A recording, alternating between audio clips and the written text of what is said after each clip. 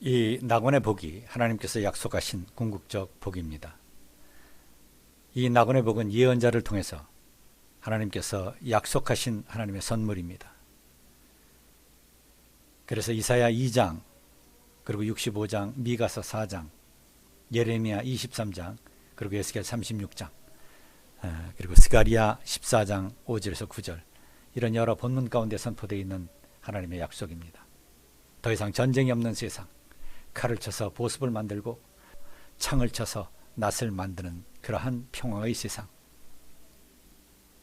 더 이상 낮과 밤의 구별이 없는 세상, 그래서 영원한 대낮처럼 밝은 광명의 세상, 그리고 이 새 하늘과 새 땅의 세상에서 더 이상 슬픔과 고통이 없고 더 이상 아픔이 없는 그러한 세상, 이것이 바로 하나님께서 우리들에게 약속하신 궁극적 축복의 세상입니다.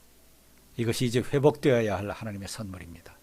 그래서 그 모형이 이미 태초에 주어졌던 것, 바로 창세기 2장 8절에서 25절, 에덴 동산을 통해서 우리들에게 보여주는 바로 이러한 이상적 세상, 이것이 바로 이제 회복되어야 할 하나님의 축복의 세상이다, 이렇게 이야기할 수 있습니다. 그 낙원의 삶은 하나님과의 친교와 교통의 삶이었습니다. 인간은 그들의 죄로 인하여 이것을 잃었고, 이 낙원의 복은 이제 예수 그리스도를 통해서 새 하늘과 새 땅, 그리고 새 예루살림으로 다시 오게 되는 영원한 복인 것입니다. 이것이 바로 원시복음 창세기 3장 15절, 여기에서의 약속의 성취요 완성인 것입니다. 그리스도가 주시는 이 영원한 복은 인간에게 결코 포기될 수 없는 그런 하나님의 선물입니다. 그래서 박해 가운데서도 인내함을 통해서 이것을 소망하고 기대하고 누리기를 간절히 바라는 우리들의 목표가 되어야 되는 그런 것이다. 그래서 박해 가운데서도 인내로 극복할 만한 그런 절대적 가치가 있는 하나님의 선물이다, 이렇게 이야기할 수 있습니다. 성경의 복은 이 영원한 복과 함께 이 세상에서의 삶의 풍요를 포함합니다. 이것이 다소 세속적인 듯 보이지만 성경은 결코 우리들의 구체적인 삶 속에서의 풍요와 번영과 성공의 복을 경시하지 않습니다. 예수께서 병자를 치유하셨으며, 그리고 제자들에게 그들이 전도하며 머물 집에 들어갈 때 평안을 비는 인사를 하라고 명하십니다. 여기서 평안을 비는 것, 에이레네 샬롬, 이러한 인사를 하라고 명하시고요. 그것이 마태복음 10장 7절에서 13절에 언급됩니다.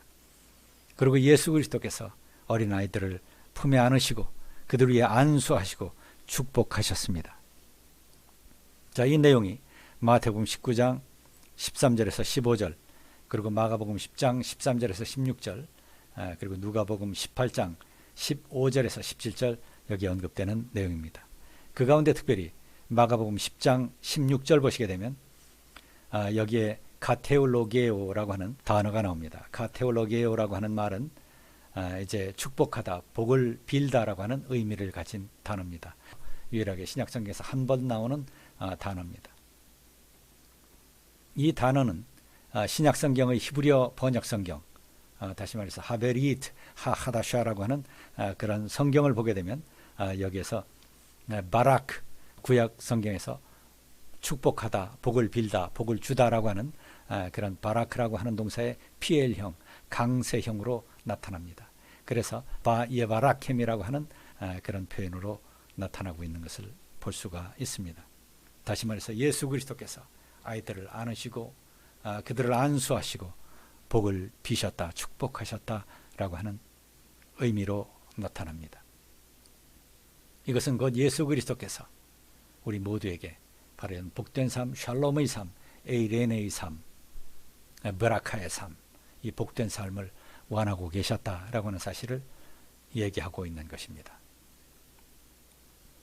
성경은 또한 이러한 복을 약속하되 동시에 하나님이 주시는 강복의 조건도 명시합니다. 다시 말해서 하나님의 말씀에 대한 순종, 하나님과의 바른 관계, 그리고 영적, 윤리적 바른 관계가 요구된다라고 하는 것입니다. 그래서 신명기 7장 12절 13절, 그리고 28장, 레위기 26장 이런 것을 참고하시면 되겠습니다. 시편 112편 1절에서 2절 보시면 여호와를 경외하며 그 계명을 크게 즐거워하는 자는 복이 있도다. 그 후손이 땅에 강성하며 정직자의 후대가 복이 있으리로다. 이렇게 말씀하십니다. 그래서 참고 본문으로서 시편 128편 1절에서 4절, 106편 그리고 137편 그리고 잠언 16장 20절 그리고 14장 29장 28장 14절 등의 본문을 보시면 되겠습니다. 다시 부연해서 이러한 면모는 요한계시록 21장 22장 여기 새하늘과 새 땅의 소망에도 반영이 되어 있는 내용입니다. 물론 종말론적 세상이기는 하지만 여기서도 건강과 평강과 기쁨과 안녕의 삶 이러한 내용들이 서술되고 있는 것을 관찰할 수가 있습니다. 요한계시록 21장 1절 보시겠습니다. 나는 새 하늘과 새 땅을 보았습니다. 이전의 하늘과 이전의 땅이 사라지고 바다도 없어졌습니다. 나는 또 거룩한 도성 새 예루살렘이 남편을 위하여 단장한 신부와 같이 차리고 하나님께로부터 하늘에서 내려오는 것을 보았습니다. 그때 나는 보좌에서 큰 음성이 울려오는 것을 들었습니다. 보아라, 하나님의 집이 사람들 가운데 있다. 하나님이 그들과 함께 계실 것이요 그들은 하나님의 백성이 될 것이다. 하나님이 친히 그들과 함께 계시고 그들의 눈에서 모든 눈물을 닦아주실 것이니 다시는 죽음이 없고 슬픔도 울부짖음도 고통도 없을 것이다. 이전 것들이 다 사라져버렸기 때문이다. 요한계시록 21장 1절을 보시면 천사는 또 수정과 같이 빛나는 생명수의 강을 내게 보여주었습니다. 그 강은 하나님의 보좌와 어린 양의 보좌로부터 흘러나와서 도시의 넓은 거리 한가운데를 흘렀습니다. 강 양쪽에는 12종류의 열매를 맺는 생명나무가 있어서 달마다 열매를 내고 그 나뭇잎은 민족들을 치료하는 데 쓰입니다. 다시 저주를 받을 일이라고는 아무것도 그 도성에 없을 것입니다. 하나님의 어린 양과 보좌가 도성 안에 있고 그의 종들이 그를 예배하며 하나님의 얼굴을 뵐 것입니다. 그들의 이마에는 그의 이름이 적혀 있고 다시는 밤이 없고 등불이나 햇빛이 필요가 없습니다. 그것은 주 하나님께서 그들을 비추시기 때문입니다. 그들은 영원 무궁하도록 다스릴 것입니다. 요한계시록 22장 13절 보시면 나는 알파며 오메가 곧 처음이며 마지막이요 시작이며 끝이다. 생명나무에 이르는 권리를 차지하려고 그리고 성문으로 해서 도성에 들어가려고 자기 겉옷을 깨끗이 빠는 사람은 복이 있다. 개들과 마술쟁이들과 음행하는 자들과 살인자들과 우상숭배자들과 거짓을 사랑하고 행하는 자는 다 바깥에 남아있게 될 것이다. 나 예수는 나의 천사를 너희에게 보내어 교회들에 주는 이 모든 증언을 전하게 하였다.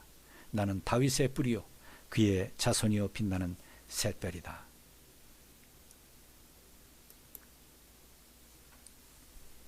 이 모든 복의 내용은 하나님이 주시는 강복의 결실입니다. 그리고 하나님에 대한 인간의 순종의 실천에 대한 보상으로 주어지는 것이라 이렇게 이야기할 수 있습니다. 그리고 이 복은 하나님과의 바른 관계가 전제되는 복입니다. 그래서 신명기 10장 12절 13절 11장 30장 그리고 미가서 6장 6절에서 8절 이사야 58장 시편 41편 잠언 14장 21절 말라기 3장 6절에서 12절 그리고 요한 3서 2절 이러한 여러 본문에서 볼 수 있는 내용입니다. 여기서 신명기 10장 12절과 13절 그리고 요한 3서 2절을 함께 읽도록 하겠습니다. 이스라엘아 네 하나님 여호와께서 네게 요구하시는 것이 무엇이냐? 곧 네 하나님 여호와를 경외하며 그 모든 도를 행하고 그를 사랑하며 마음을 다하고 성품을 다하여 네 하나님 여호와를 섬기고 내가 오늘날 네 행복을 위하여 네게 명하는 여호와의 명령과 규례를 지킬 것이 아니냐. 신명기 10장 12절 13절의 말씀입니다. 그리고 사랑하는 자여 내 영혼이 잘됨 같이 내가 범사에 잘되고 강건하기를 내가 간구하노라. 요한 3서 2절입니다.